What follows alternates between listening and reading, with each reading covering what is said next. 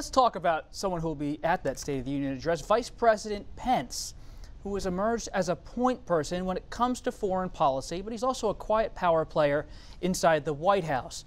His trip to Egypt, Jordan, and Israel this week is a good example of how much the Trump administration is shifting America's Middle East policy. But the vice president has also proven to be somewhat of an asset of sorts when it comes to courting the conservative base. And that's why on Friday, when much of Washington was consumed by those reports that the president tried to fire special counsel Robert Mueller, Vice President Pence was meeting with Republican senators to plan out a strategy to limit the midterm losses that we've been discussing, the potential ones, because it could be a pretty bruising midterm election. Brian, you've covered Vice President Pence very closely, traveled with him. What is his role in the administration right now? So two things. One, he's going to be out there trying to bolster Republican trying to bolster the Republican candidates during the midterm elections. He's planning to go to Pennsylvania on February 2nd for a rally. He was making calls on Capitol Hill and was at a fundraiser on Capitol Hill today. Today was actually kind of his launch off for really being out there on that.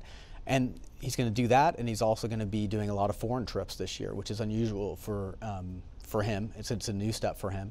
He's really trying to develop a relationship with a few world leaders. I mean, he went to Egypt and met with the Egyptian president there, Sisi, and went to Jordan and was berated by the Jordanian king.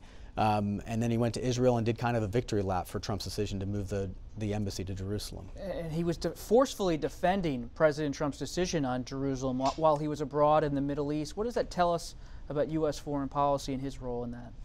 Well, it shows, partially that he's a driving force in that decision, and that the Trump administration isn't backing down from that choice, which was very controversial, and which even U.S. allies have condemned and said is really not constructive and is not going to get the Palestinians and Israelis closer to a deal. The administration, although some officials have said some contradictory things, appears to be moving ahead with that decision. He's a former House member, yes. But he's not always involved in the deals on Capitol Hill. It seems like the president often goes to Senator Schumer or others. He's not relying on Vice President Pence in the same way he used to in the health care debate.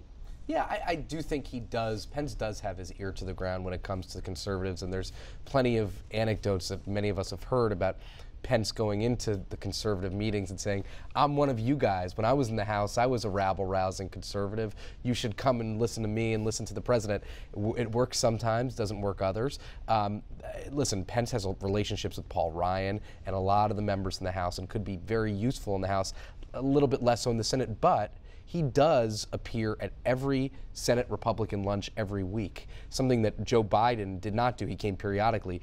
Mike Pence is there every single week. He's a constant presence. Karen, what does it mean for Pence? Our colleague Jenna Johnson of the Washington Post was with the vice president, just talked about in her reporting how he echoes the president everywhere he goes. Is he the future of Trumpism? And well, I think he is also positioning himself to be the future of the Republican Party.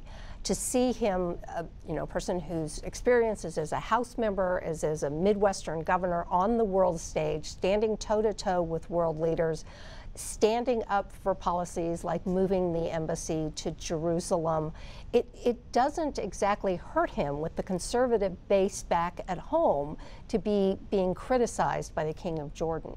That evangelical community in the country, the conservative side of it, has stayed with the president, in part because of Vice President Pence? I think that's exactly right. And Pence has pushed for this robust pro-Israel policy. He's also pushed for some of the pro-life initiatives that Trump has pushed through.